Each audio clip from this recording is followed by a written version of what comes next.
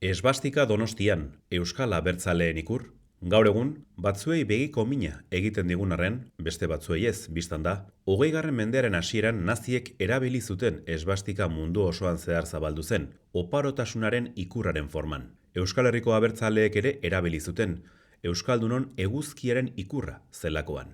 Hori bai, nazismoaren aurretik. Euskaltzale bazkuna deitzen zen, Bilboko ikasle antolakunde batek jarri zuen modan esbastika, 1916tik aurrera Sabino Arnaren ideiei jarraituz. Bilbo inguruan, pin hori eramatea proposatu zuten, euskal hiztunak bereizteko eta elkar ezagutzeko. Ahobizi eta belarri-pres moduan kasik. Hortik aurrera, 1920ko eta 1930ko hamarkadetan izugarri zabaldu zen esbastika. EAJak bere ikur bihurtu zuen Donostian, eta Jaungoikoa eta lege zaharrarekin batera ageri da logo, horma irudi, bandera eta mota guztietako euskarrietan. Ez hori soilik, hainbat euskal enpresek ere bere egin zuten ikurra eta estolden tapak, plantxak, baxerak, pinak, mota guztietako merchandising-a egin zen esbastikarekin.